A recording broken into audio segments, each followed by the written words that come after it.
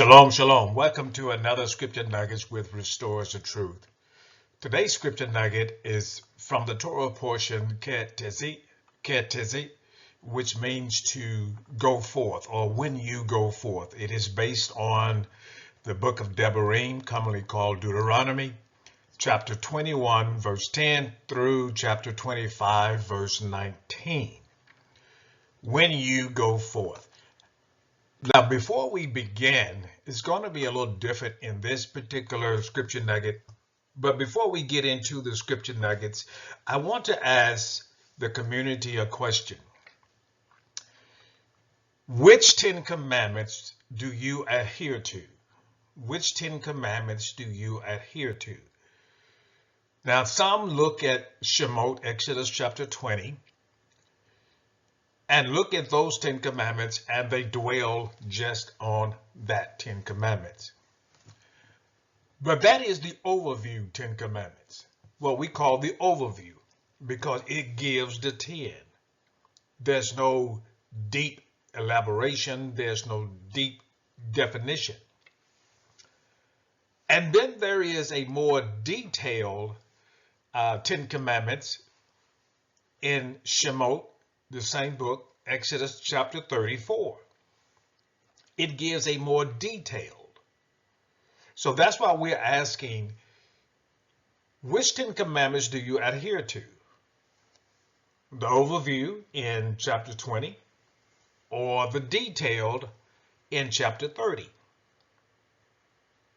But then there is an exhaustive 10 commandments that's found in the book of Devarim, commonly called Deuteronomy.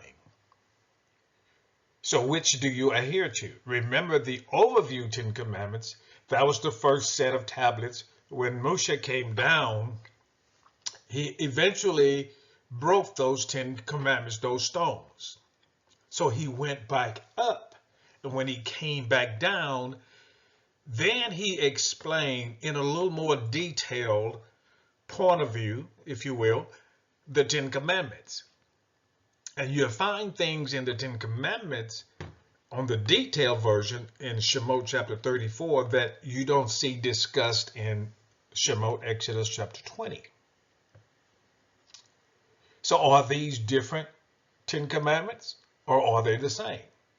Well, they are the same. It's just that in chapter 34, he gives more detail.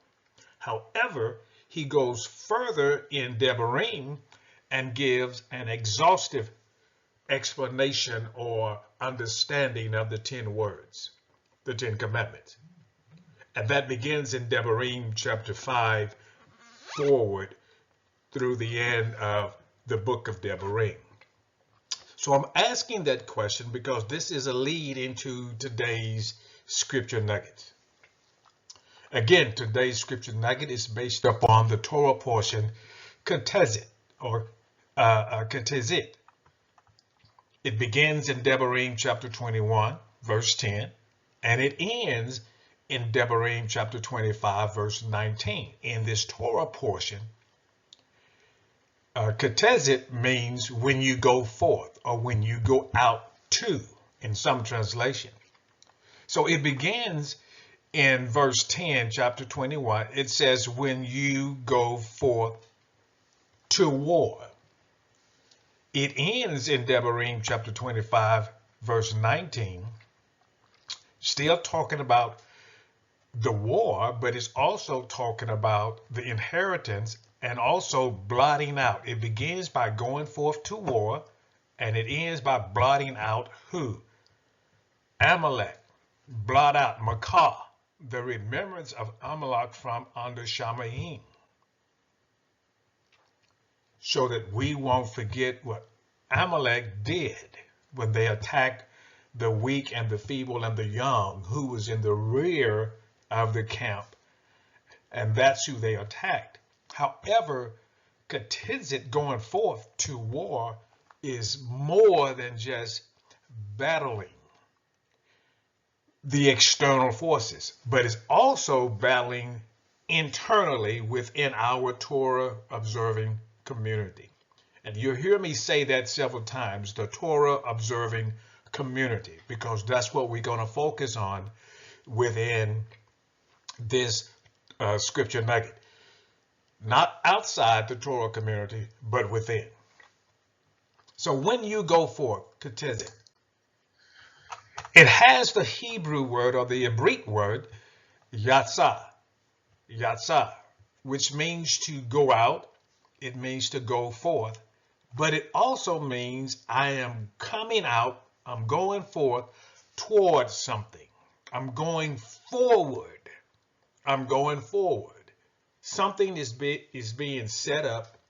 Something is being established. So I'm not only going out, but I'm going forth to do something. That's why you see the word to, T-O, within that context. I'm going forth to. I'm going to. So he says, towards something with a purpose or a result. Now, as you read this Torah portion, again, it begins in Devarim chapter 21, verse 10, and it goes through chapter 25, verse 19. You will see a lot of actions and results, again, within the Torah observing community.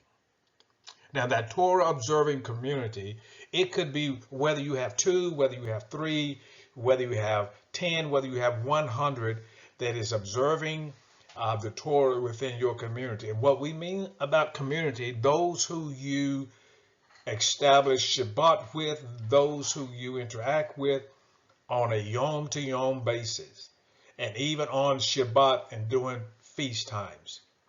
If this is your Torah observing community, then this applies. It talks about marriage and divorce within this Torah portion. It talks about inheritance rights. It talks about sowing mixed seeds. It talks about sexual immorality, again, within the Torah observing community. It talks about who should be included in the assembly or in the community and who should not be included. It talks about uncleanness. It talks about neighbor and hired servant treatment. And specifically, we're going to touch on this last portion about neighbor and hired servant treatment. Again, we're talking about within the Torah observing community, not outside, inside the Torah observing community. In Devarim chapter 24, verse 14, it says, you shall not oppress a hired servant that is poor, that is needed, or that's in need, whether he be of your brethren or of the strangers that are in the land within your gates. Some would say cities. Now, again, we're talking about the Torah observing community, not externally. Verse 15, at his yom you shall give him his hire. Now, notice how he talks about oppressing someone, and he tied the oppression to whether you're going to hire someone and give them their wages before evening or before the sun goes down. Look what he says. At his yom you shall give him his hire, neither shall the sun go down upon it. Upon what? Upon the wages, upon the higher wages. For he is poor and setteth his heart up on it, lest he cry against you unto Yahuwah. It will be a sin unto you within the Torah observing community. That's what we're talking about. Our brethren, and even those who takes hold to Torah observing. Remember in Bamidbar chapter 15, he says there's one law to the native born as well as to the stranger. So whoever this applies to within our Torah observing community, we want to make sure we give them their wages before the sun goes down.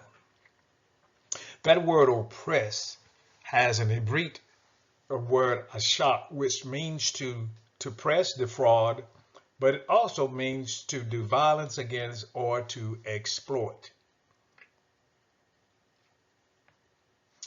Now let's look at a couple of witnesses here. In Wa'ikra, it says in Leviticus 19, you shall not defraud your neighbor, neither rob him. The wages of him that is hired shall not abide with you all night until the morning.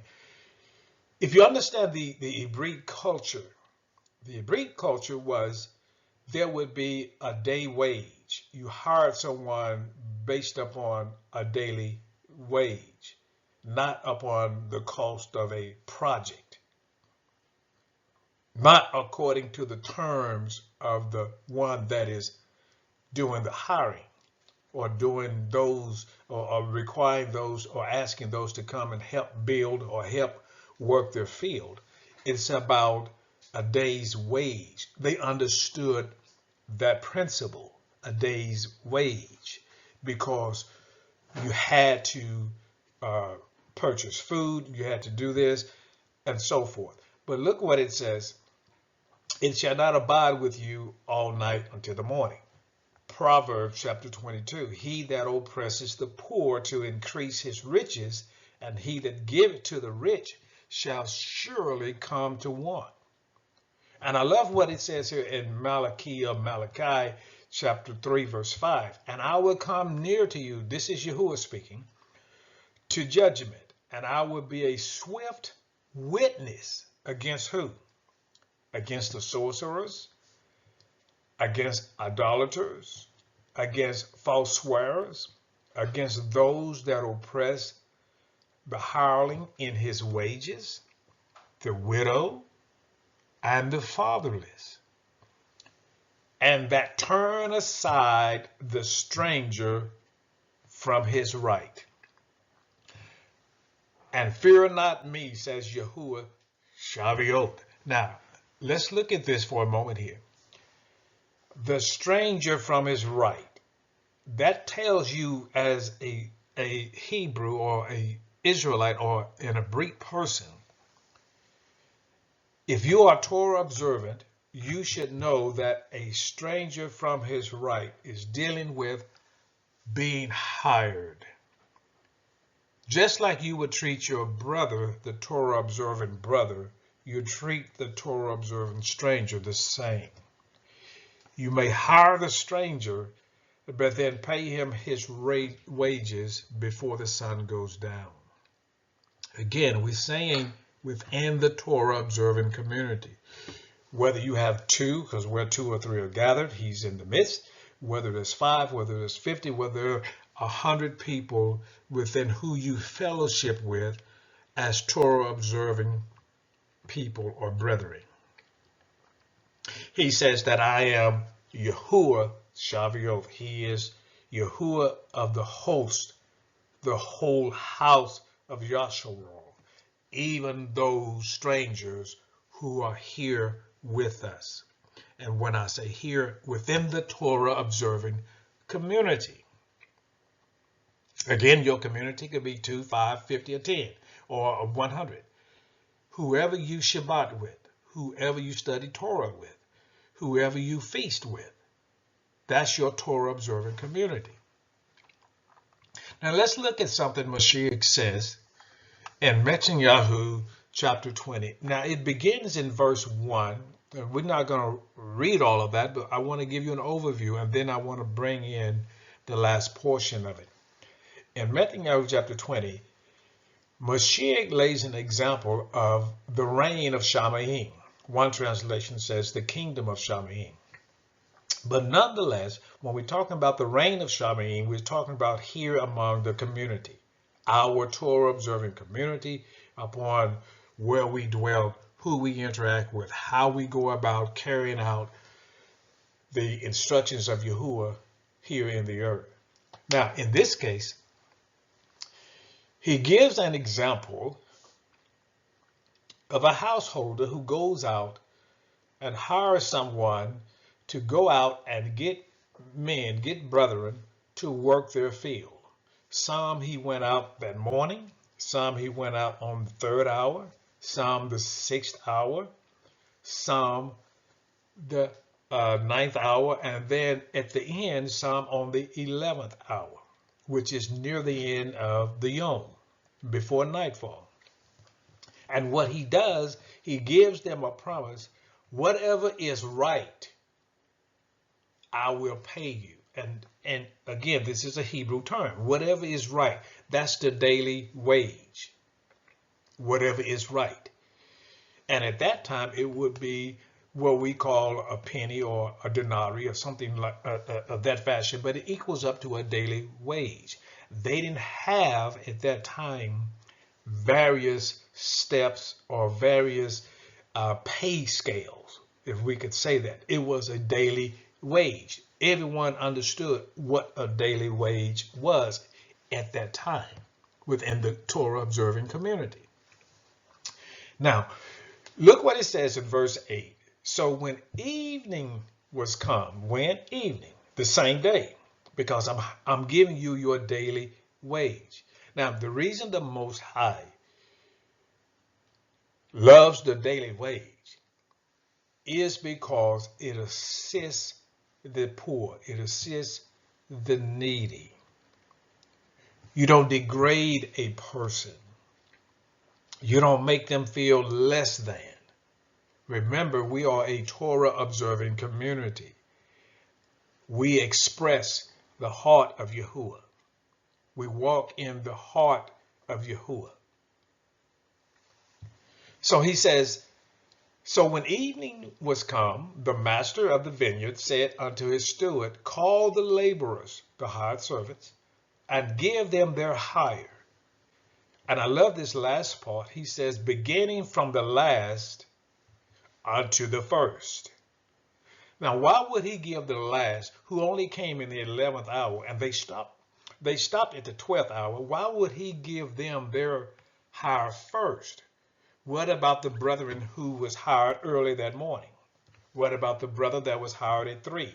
Well, at 3, the 3rd hour. What about the brother that was hired at the 6th hour? What about the brother that was hired at the 9th hour?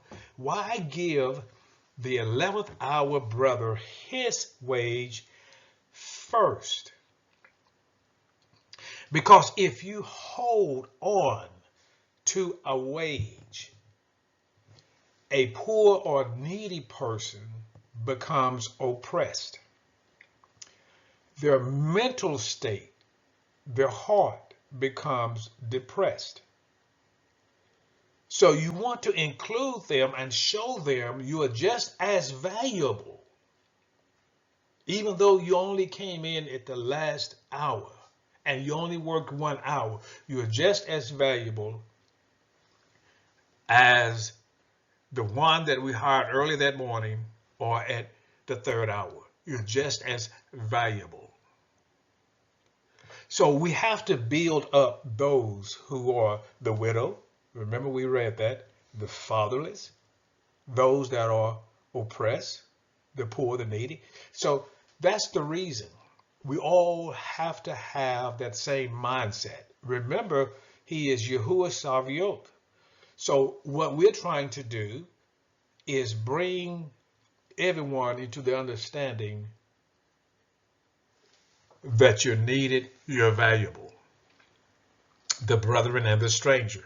Again, we're talking about within our Torah observant community.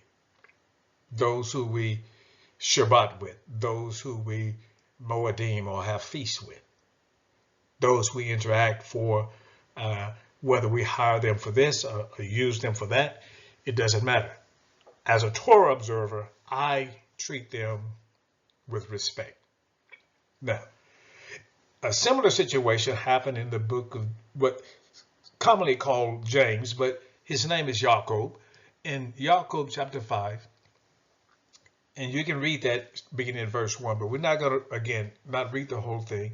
But in verse 4, he says, behold the hire of the laborers who have reaped down your fields, which of you kept back by fraud. He's talking about the wages that was kept back by fraud.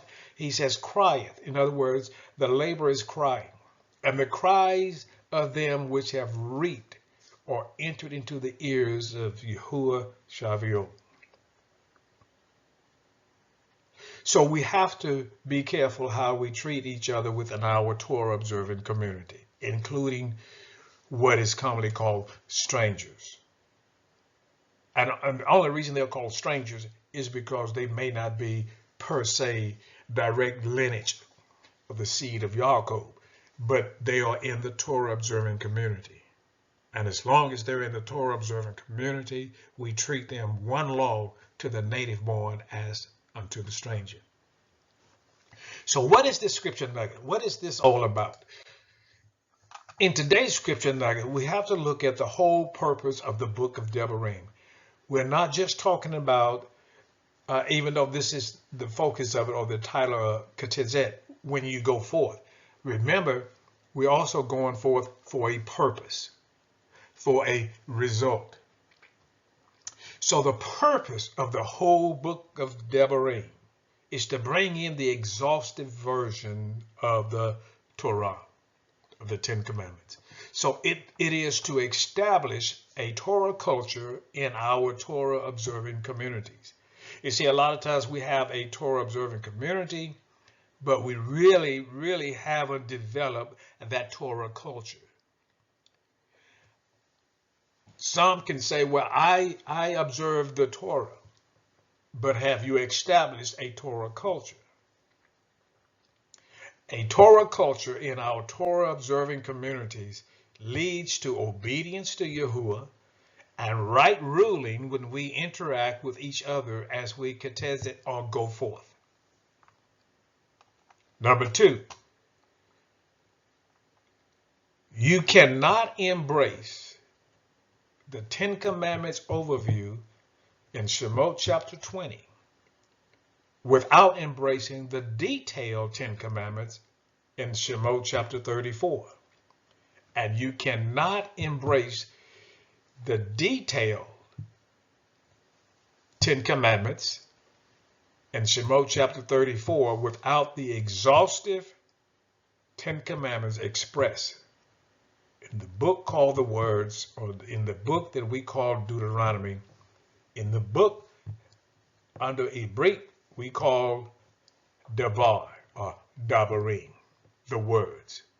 It is more exhaustive, it gets down to the nitty-gritty, and it helps us as a Torah observing community to develop a Torah culture. So when we go forth, let us set up our Torah culture by being obedient to the exhaustive Torah-keeping word of Devarim. As we go forth, let us do. Shalom, shalom. See you next time on Scripture Nuggets.